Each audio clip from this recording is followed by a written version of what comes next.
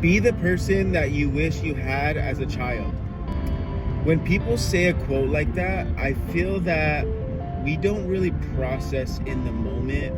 So I'm going to say it again, and then I'm going to explain what I feel like it means to me after processing the quote itself. Be the person that you wish you had as a child. So what that means to me and how it makes me feel when I think about it is how I am for my daughter, or how I am for my niece, my goddaughter, or even anybody younger for that matter.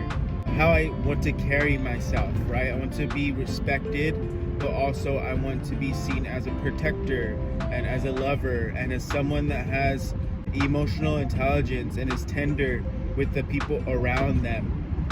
I feel that I lived in such a violent household growing up that I always wanted someone to kind of coddle me. And I had that person who was my grandmother on my dad's side, and we called her Nana. That was my Nana Mary.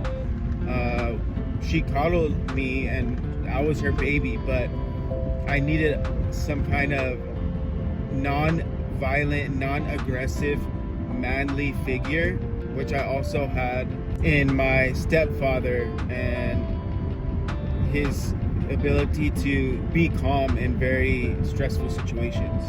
So what I'm doing here is I'm pulling these great qualities that I want to be like because I've seen what I don't want to be like, if that makes sense. I'm pulling all these great qualities from these figures, specifically fatherly or manly figures, because I had to pull from different fathers, but I had to pull qualities individually to help me understand what a great man is, or what a good man needs to be. So I want you guys to think about this, because I feel that this is important, and we don't really, again, process what we're listening to or hearing when someone says a quote unless we're relating it to something in that moment. But if you actually really think about it, it can be applied to your everyday life.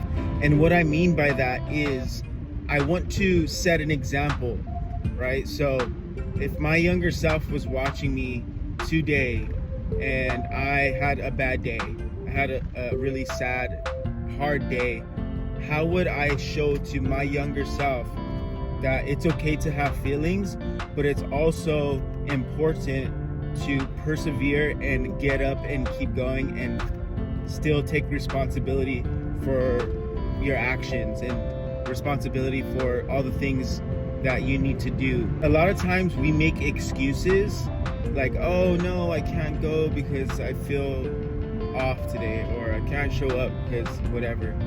Especially I'm a dancer, so a lot of times I'm like, oh, I don't want to go to class, I don't know, I don't feel that great today. But every single time I've gone, even if it was like a bad class, like from a logistical standpoint or a pragmatic standpoint, I felt better because I pushed myself, because I overcame, because I persevered. And I think we forget that, and we succumb to these anchors of laziness and procrastination. We need to be able to show our younger self that we can do it, we can persevere, we can get up, we can keep going, and we can not give up at the end of the day. So that was my quote of the week. I hope it really resonated with you guys.